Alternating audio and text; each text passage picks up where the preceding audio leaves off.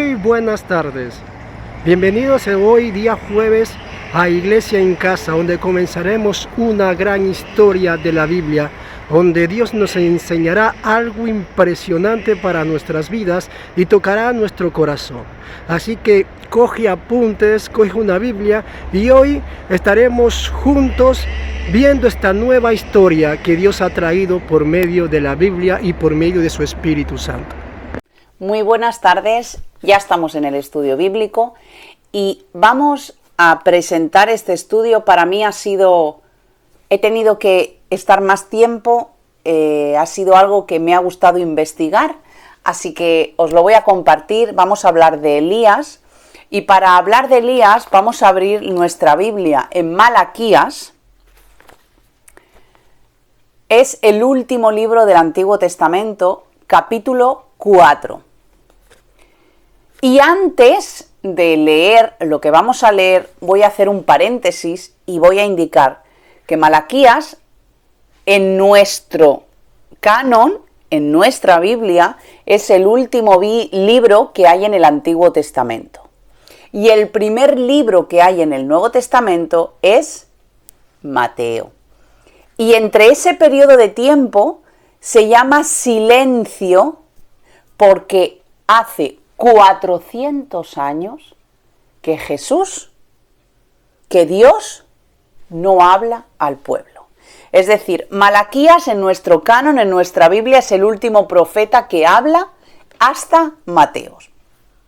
Y vamos a leer Malaquías 4, todo el capítulo 4, que son solo 6 versículos, y vamos a leer. Dice: porque he aquí, viene el día ardiente como un horno, y todos los soberbios y todos los que hacen maldad serán estopa.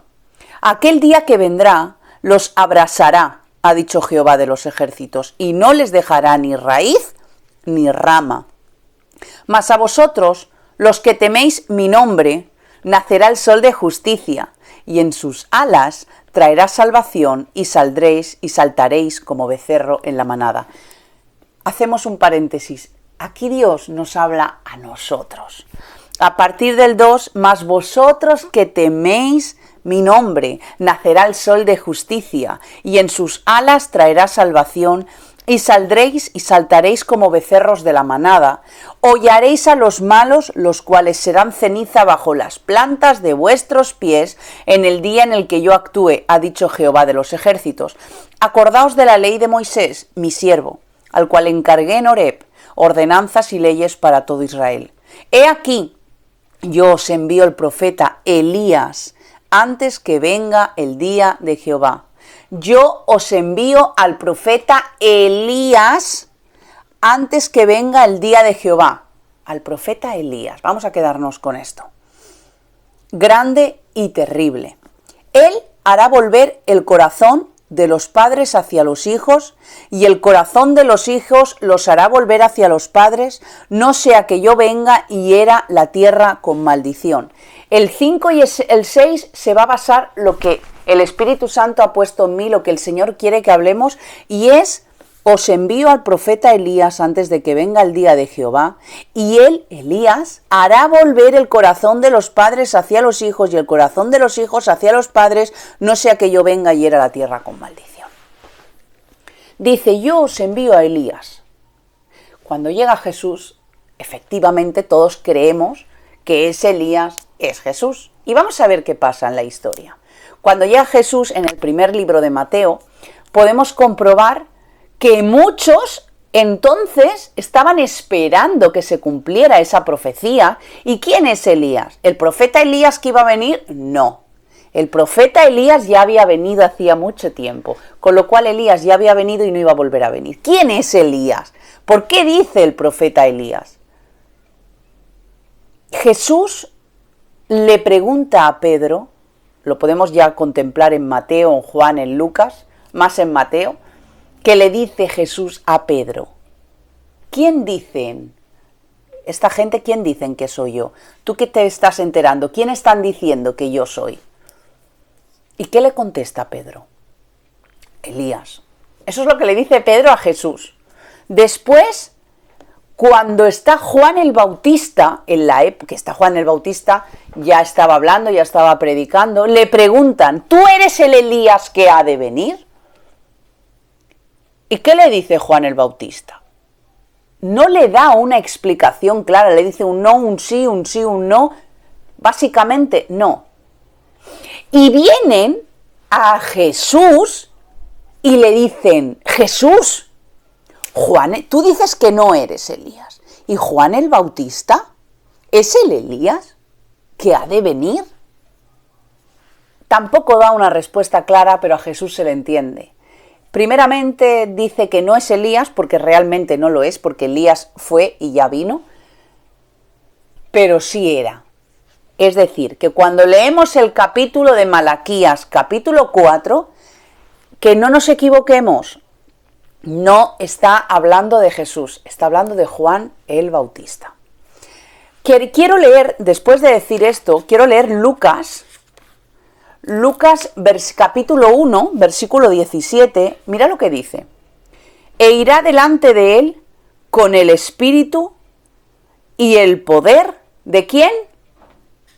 De Elías, para hacer volver los corazones de los padres a los hijos y de los rebeldes a la prudencia de los justos, para preparar al Señor un pueblo bien distinto.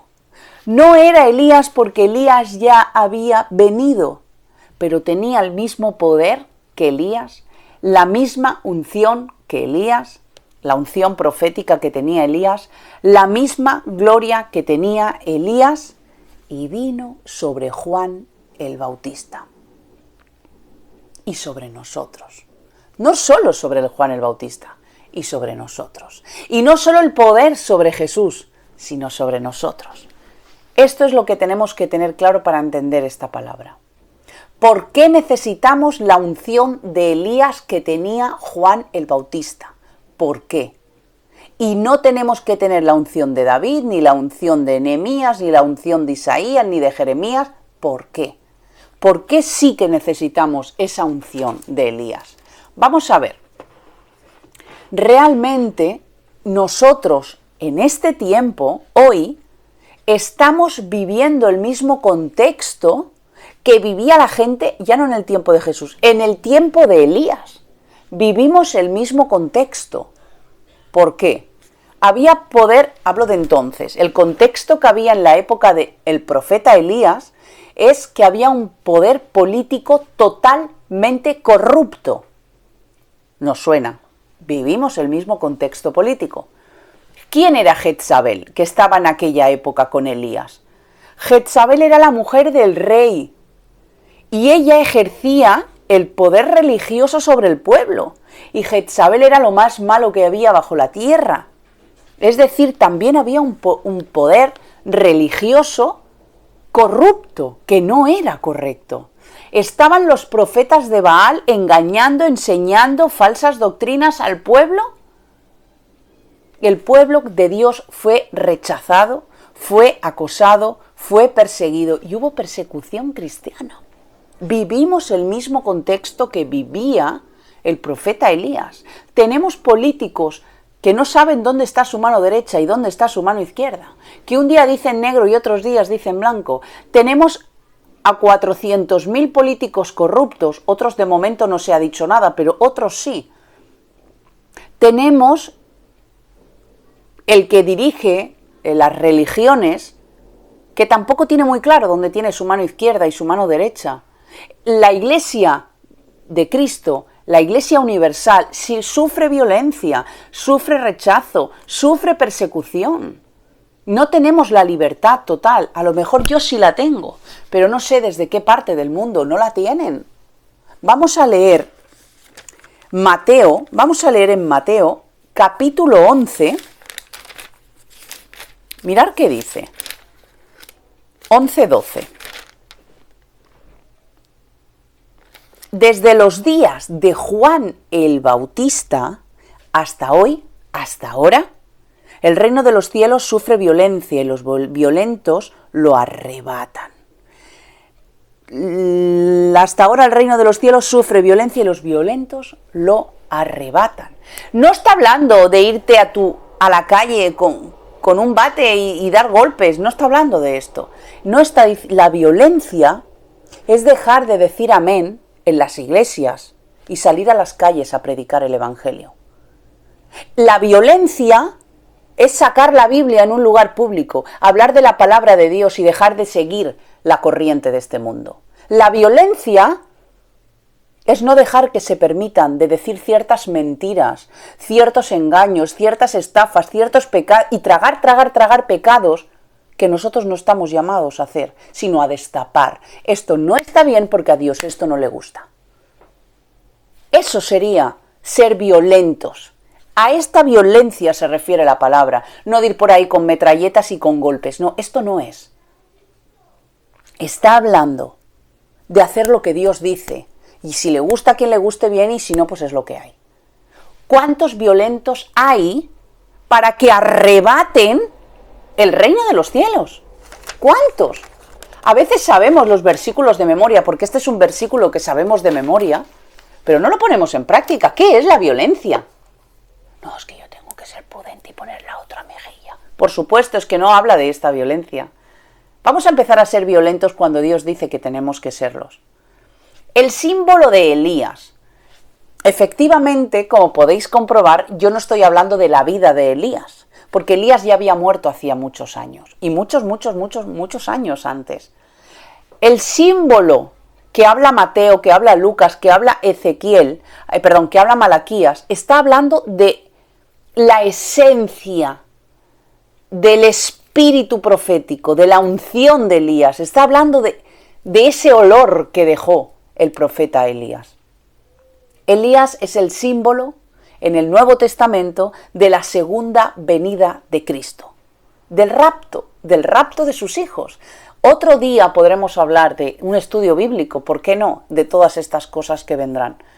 En Segunda de Reyes, mirad qué pasa en Segunda de Reyes.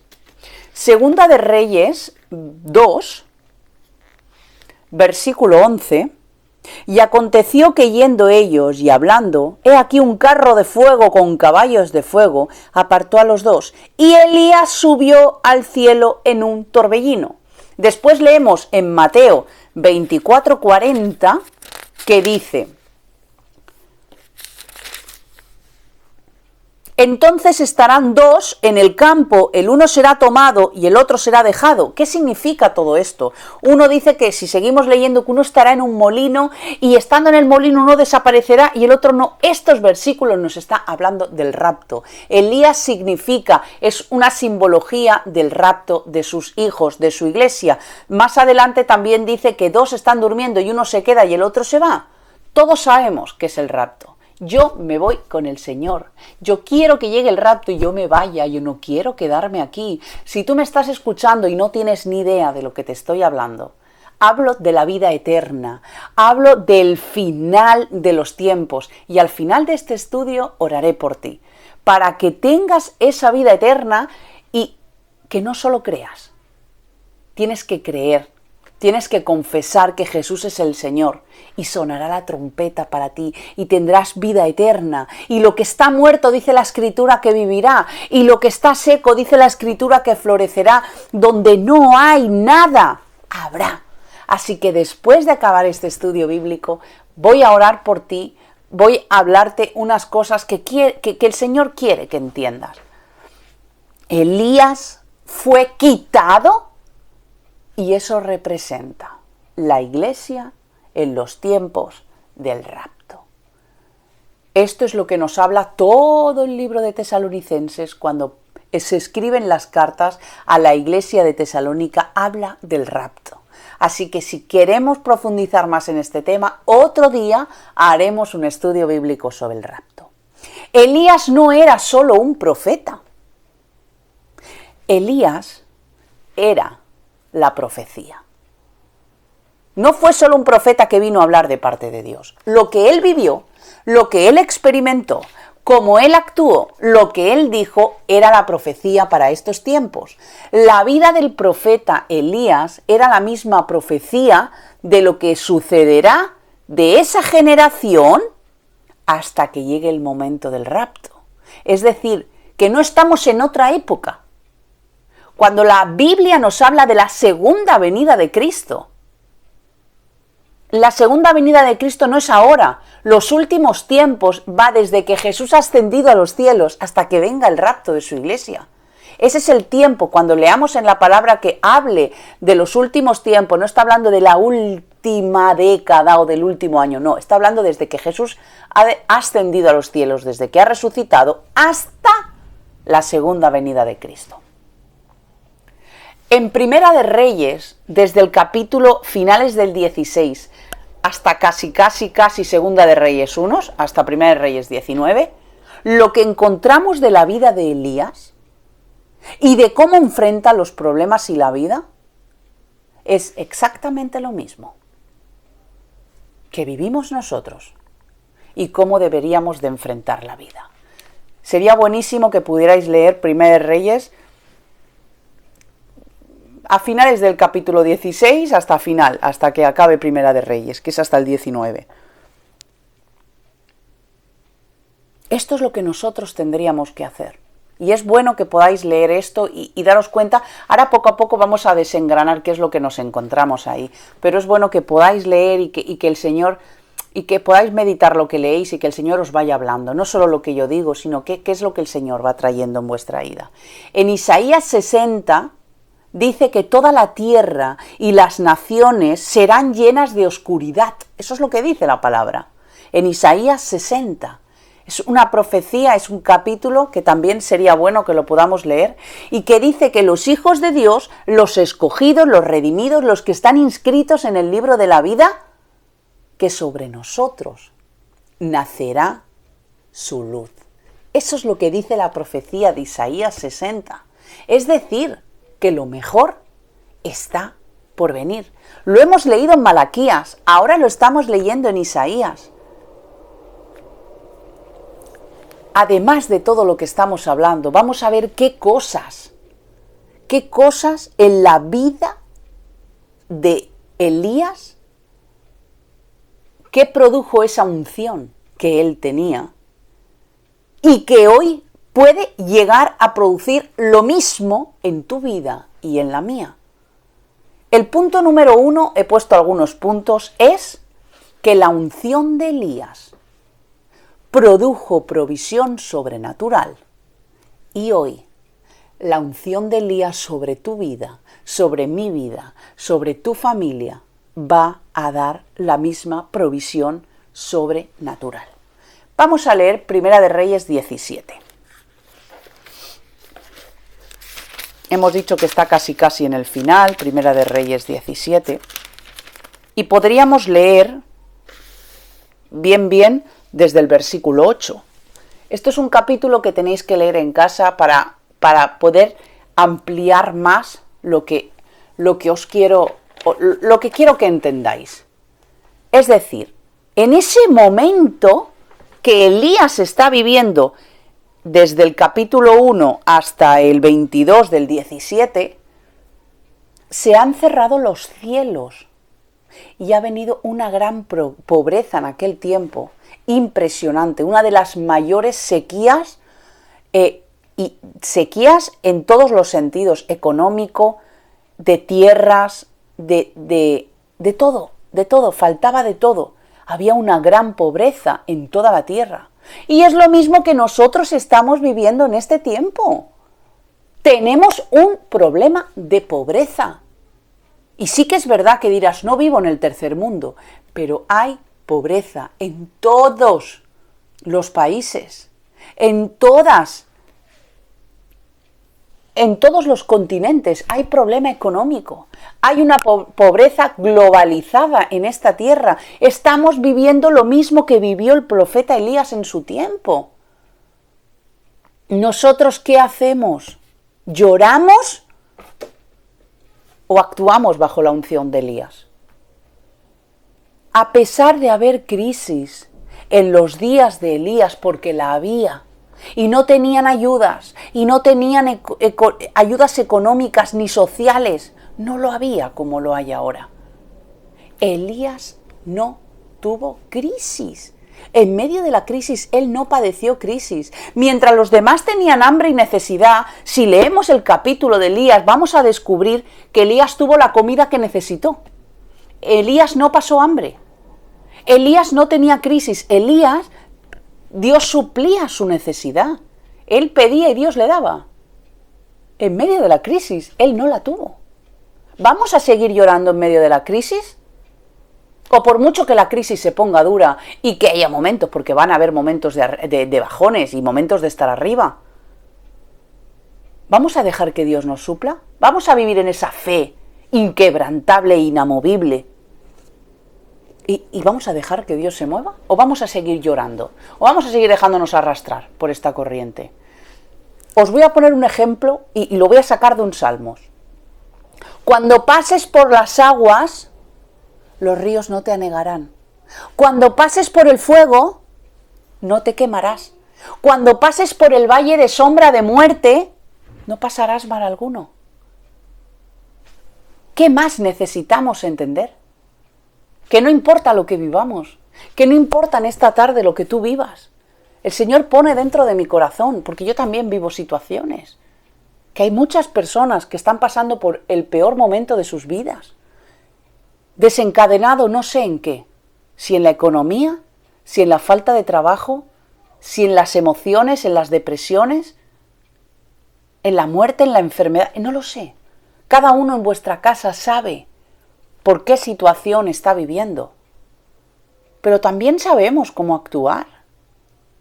Pero es que no actuamos como el profeta Elías actuó. Y si el profeta Elías tuvo oportunidad de comer cuando no había comida, oportunidad de vestirse cuando no había economía para vestirse, oportunidad para no pasar hambre y no pasar necesidad cuando el pueblo lo pasaba, es porque tenía unción. No es porque Dios le ha dicho, ay, qué bonito hombre, mira, ay, qué guapo, me gusta la ropilla que lleva hoy. No era por nada de lo que él hacía, sino que él se dejó guiar por la unción de Dios. Y Dios hoy quiere que tú te dejes llevar por su unción, por la misma unción de Elías. ¿Por qué no? ¿Por qué Elías sí y tú no la puedes tener? ¿Por qué Elías sí y yo no la puedo tener? El segundo punto de todos estos capítulos que leemos de la vida de Elías es que la unción de Elías edifica. Y la unción de Elías sobre tu vida edifica. ¿Y qué estoy hablando de edificar? Aquí sí que quiero leer Primera de Reyes 18, versículo 32. Mirad qué dice. Mirad qué dice. Y edificó con las piedras un altar en el nombre de Jehová. Y después hizo una zanja alrededor del altar en que cupieran 2 medidas de grano. No estaba hablando de una edificación espiritual, estaba hablando de una edificación física. Cogió las piedras e hizo un altar a Dios. Antes de que Jesús, escuchar qué digo, antes que Jesús muriera, que se fuera de la tierra, que resucitara y que ascendiera a los cielos, antes miles de templos habían por toda la tierra extendidos, levantando y exaltando el nombre del Señor. Mirar, hay malas enseñanzas que dicen que cuando está estos 400 años de silencio, estos 400 años de silencio que intertestamentario, ¿no? Entre testamento y testamento, que la gente cristiana pues no tenía Biblia. Y yo he escuchado esas enseñanzas y son completamente falsas. Los primeros cristianos, cuando se habla de la Iglesia en el Nuevo Testamento, sí tenían palabra de Dios. No eran creyentes incultos, no eran creyentes sin estudios, no eran creyentes sin conocimiento. Mentira, mentira. En esos 400 años sí que es verdad que no se levantó ningún profeta, sí que es verdad que no se presenta ningún ángel, sí que es verdad que el mismo Dios no habla como lo hizo con Moisés. pero siguen habiendo lugares, templos, sinagogas, donde se está estudiando literalmente cada palabra dada en el Antiguo Testamento, en los 5 primeros libros de la Biblia, que era la ley, lo que conocemos ahora como la ley. Pero en la ley de Moisés, en Génesis, Éxodo, Levítico, Número y Deuteronomio, también se puede ver reflejado la gracia y la misericordia poderosa que Dios tiene. Hoy hacemos esa división entre la ley y la gracia. Esto era la ley y ahora es la gracia. No. En toda la época de la Biblia, 4000 años de diferencia, desde Génesis hasta Apocalipsis, siempre ha estado la gracia de Dios visible, siempre. Porque a pesar de ser salvos por fe, a pesar de no ser salvos por gracia, todo lo que quedaba vivo es porque la gracia y la misericordia de Dios lo permitía. También otro día hablaremos de la gracia, hablaremos de la ley y simplemente doy esta pincelada. Aquí tenemos ya 2 estudios bíblicos, el rapto y la ley y la gracia. Y es decir, que cuando Jesús se marcha, el ser humano ya ha levantado templos levantando el nombre de Jehová. ¿Y nosotros? Nos vamos a seguir quedando de brazos cruzados, viendo pasar el tiempo, viendo cómo otros levantan una obra. No. Si a ti Dios te ha puesto en tu corazón de levantar una obra, hazlo. Iglesia en Casa va a tener una obra y la obra ha empezado. Y sabemos que en el nombre de Jesús, cuando acabemos nuestros estudios, cuando podamos tener un lugar oficialmente, lo vamos a tener. Porque tenemos que levantar piedras y un altar a Dios en el nombre de Jesús. Y no solo espiritual como hasta ahora Iglesia en Casa lo hace, sino un lugar físico, un lugar que se pueda levantar y glorificar en nombre del Señor. El tercer punto que hace la unción de Elías es que hace descender fuego. Esto ya es más conocido. Aquí sí que puedes decir, ay sí, hemos hablado de Elías. Todos conocemos la historia y no la voy a leer. Sabemos que él clama fuego porque están ahí los profetas esos, ay que no, que sí, que descienda fuego, le mojan y Dios hace caer fuego, ¿verdad? Esto lo sabemos. ¿Qué significa el fuego? El Espíritu Santo, exacto. El fuego representa el poder del Espíritu Santo, porque no solo representa el Espíritu, sino el poder que tiene el Espíritu de Dios. Elías habla con Dios, Dios responde, manda fuego para demostrar que el único Dios era Él. Y hubo fuego. Tú y yo, nuestro espíritu, habla con el Espíritu de Dios. ¿Y qué pasa? ¿Hay fuego? Nos quedamos en el sentido de parte de Dios. Dios me ha dicho en mi corazón. Estas palabras tenemos que tener mucho cuidado. Porque cuando el Espíritu Santo habla, trae fuego y cambia. Cuando el Espíritu Santo te dice, haces un cambio radical. Cuando el Espíritu Santo te trae una visión, tu vida nunca pasa a ser la misma. Cuando Dios te hace sentir una experiencia sobrenatural del mundo espiritual, jamás vuelves a ser el mismo. Tenemos que tener muchísimo cuidado con decir y con hacer y con actuar diciendo que viene de parte de Dios y que Dios lo ha hecho. Mucho cuidado, porque el Espíritu Santo es fuego consumidor. Es fuego de poder, pero es fuego consumidor. Dios va a llenar, si tú lo crees, tu vida hoy la va a llenar de poder, la va a llenar de fuego, la va a llenar de todas esas cosas que deseas.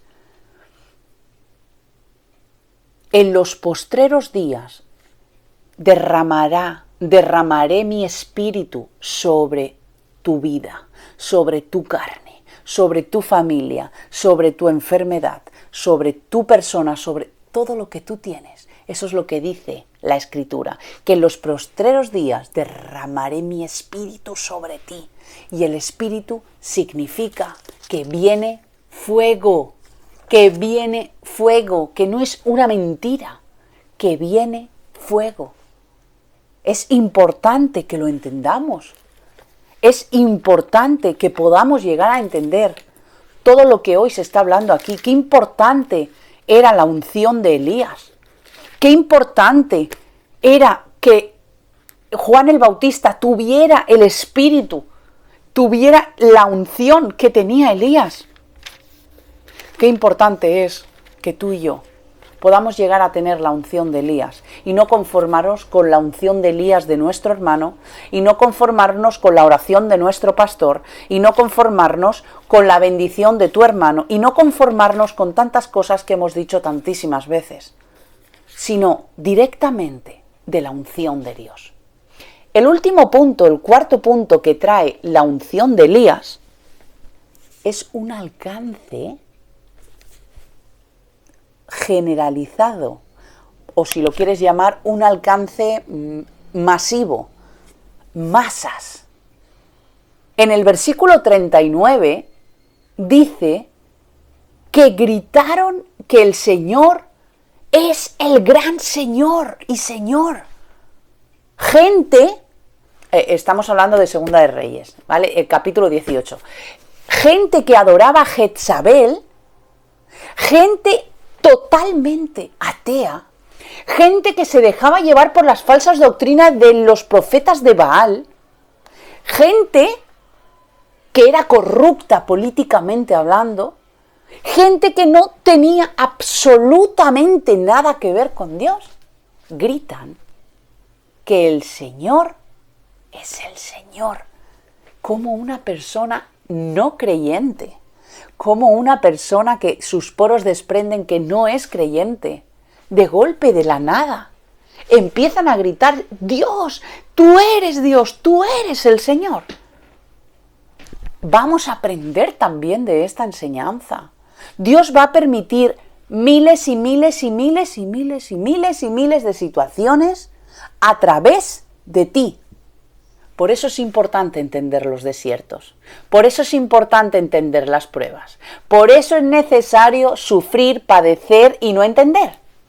Porque cuando lo superamos, a través de nosotros, miles conocen de Jesucristo, miles se caen a los pies de Cristo, miles podrán venir contra ti, pero miles caerán a los pies de Cristo. No somos Elías, esto lo tenemos clarísimo. Juan el Bautista no era Elías, también lo tenía clarísimo. Pero tenemos esa unción, porque es la misma unción que trae el Espíritu de Dios sobre él, sobre Juan y sobre nosotros. Quiero leeros el primer capítulo que hemos leído, lo primero que hemos leído al principio del estudio bíblico, y veréis que ha retomado un giro. Ya no estamos en el punto de antes. Ahora vamos a leer de nuevo Malaquías 4. Porque he aquí viene el día ardiente como un horno, y todos los soberbios y todos los que hacen maldad serán estopa.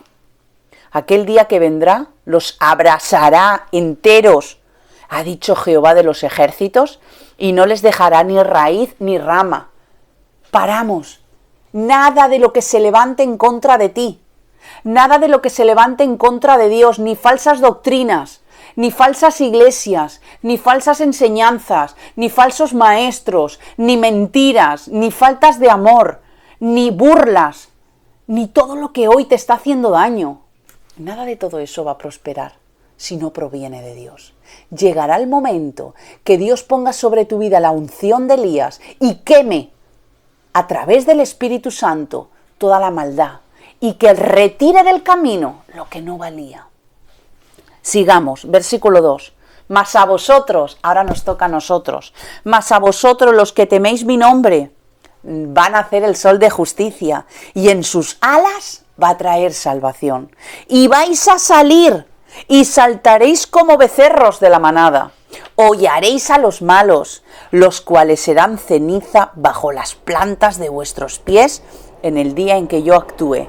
ha dicho Jehová de los ejércitos. Paremos. El tiempo que será destruido todo aquel que se levante, el tiempo que llegará a destruir a todo aquel que dice ser y no es, caerá bajo nuestros pies y podremos cantar victoria. Y solo los redimidos, solo los hijos de Dios, solo aquel que cree en el poder de su nombre. Versículo 4. Acordaos de la ley de Moisés, mi siervo, el cual encargué en Horeb, ordenanzas y leyes para todo Israel.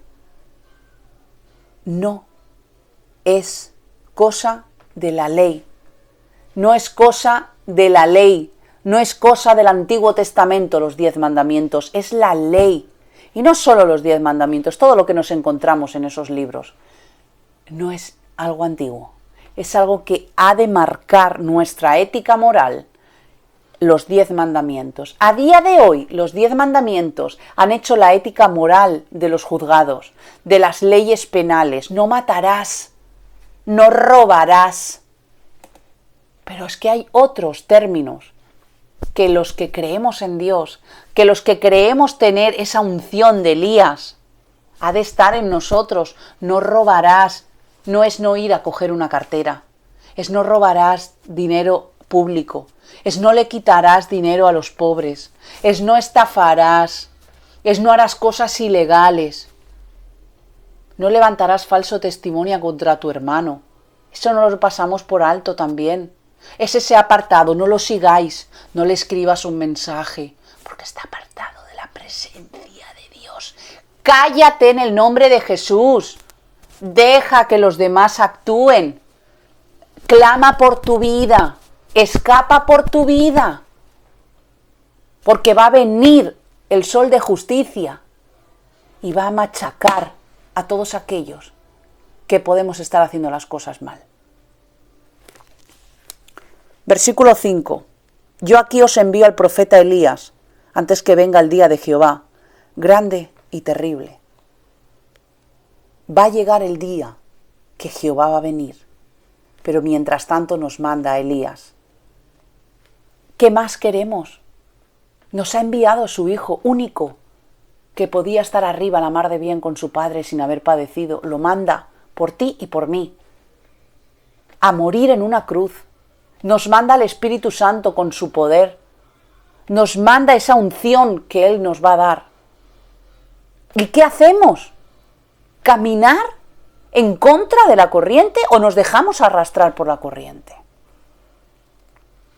Versículo 6. Él hará volver, Él hará cambiar, Él hará girar el corazón de los padres hacia los hijos y el corazón de los hijos hacia los padres.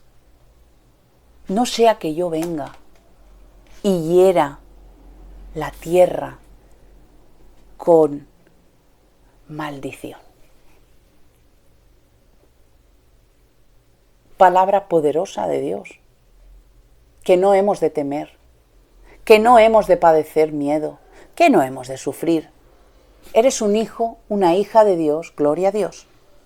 Camina y no te acomodes en que no vas a perder la salvación, porque esto ya lo sabemos, es un regalo que Dios nos da. Pero ¿queremos ser un cristiano y ya? ¿O queremos ser un cristiano que de vez en cuando da testimonio? ¿O no? Mejor quiero ser un cristiano que a veces da testimonio y que a veces ora y ayuna. ¿O no?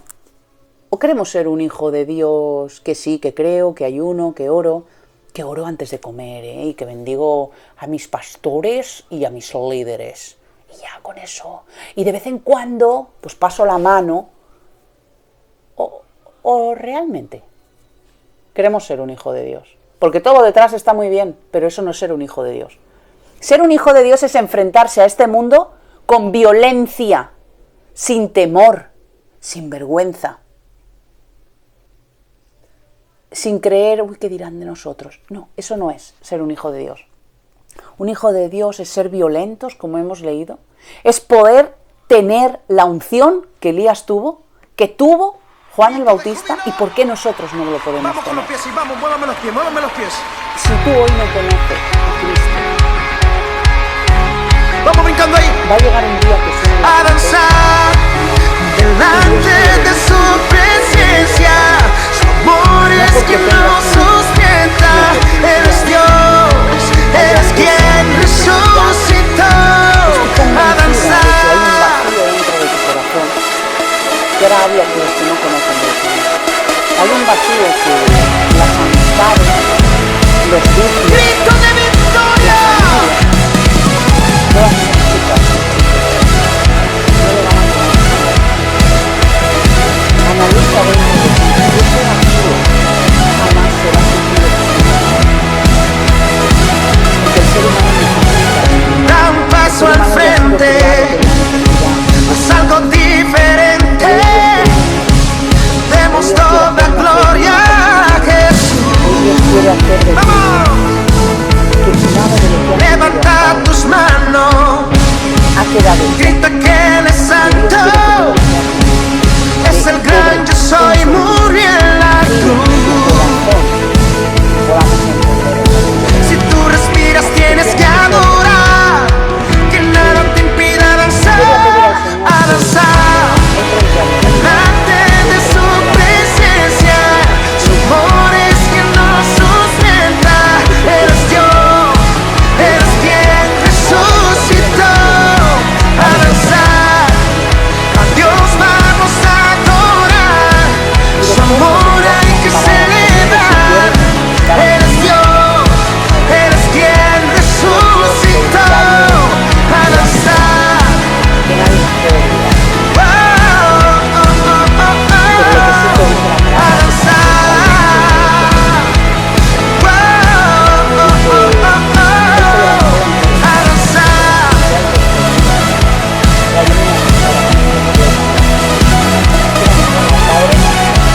Yo quiero ver a todos danzando en ese lugar. Grite. Da un paso al frente, haz algo diferente. Demos toda gloria a Jesús.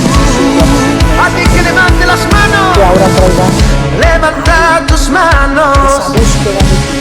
Grita que Él es Entra en ese santo. lugar secreto de Dios. Es el gran yo soy, murió en la cruz. Todo lo que respire alabe. Ese lugar. Que sientan la necesidad de buscarte. Que sientan esa necesidad de que tú estás ahí, que quieren ser llenos. Espíritu Santo obra en su interior ahora, en el nombre de Jesús. No mañana ni pasado, ahora. Entra en lo más profundo. Y ahora, si tú estás escuchando y tú no conoces del Señor y tú no sabes lo que es la oración de fe, ora. Repite conmigo. Señor, gracias por oír tu palabra. Necesito que vengas a mí y que llenes el vacío de mi vida. Que sanes mis heridas. Que perdones mis pecados. Reconozco que tu Hijo Jesucristo es el Señor. Y te pido perdón y que me inscribas en el libro de la vida. Y ahora, Padre, te pido por mis hermanos, Señor, por aquellas personas, Padre, que quieren escuchar más de tu palabra, Señor. Derrama tu espíritu sobre ellos, Señor. Que mis palabras, Señor, no queden en mis palabras, sino que sea palabra tuya, Señor. Que empieces ahora a hablar dentro de ellos. Que yo haya servido como un instrumento limpio en tus manos, Padre. Te amamos, Señor. Te amamos, te bendecimos, Espíritu Santo. Eres lo mejor de nuestra vida. Todo esto, Señor, lo ponemos ante tu presencia. En el nombre de tu Hijo Jesucristo. Amén. Y os doy las gracias un día más por estar aquí. La semana pasada ha sido una semana fructífera totalmente. Gracias por la reunión de oración. Ha dado muchísimo fruto. No solo físico, sino espiritual también. Y aquí se avecina una buena. El Señor está preparando algo muy grande. Así que te animo a que ores por nosotros. Claro que sí, ora por nosotros y y que el Señor pueda seguir hablándonos y que traiga esa humildad en nosotros, en nuestro interior, para reconocer cuántas cosas, Señor, ha de cambiar. Así que gracias por bendecirnos. Estamos orando por ti, por tu casa, por tu vida, por esos problemas que nos hacéis llegar, que oramos. Y claro que sí, seguimos orando por todas esas mujeres que han contactado conmigo, por problemas en concreto. Los tengo todos ahí. Tengo vuestros nombres, vuestros o teléfonos o redes sociales, y estoy orando por cada una de vosotras. Miguel también está orando por estos dos hombres, así que ánimo, seguir adelante, que son tiempos difíciles, pero son tiempos de poder, son tiempos donde el Espíritu Santo se va a mover más. Así que nada más, os dejo unos anuncios y nos vemos el domingo.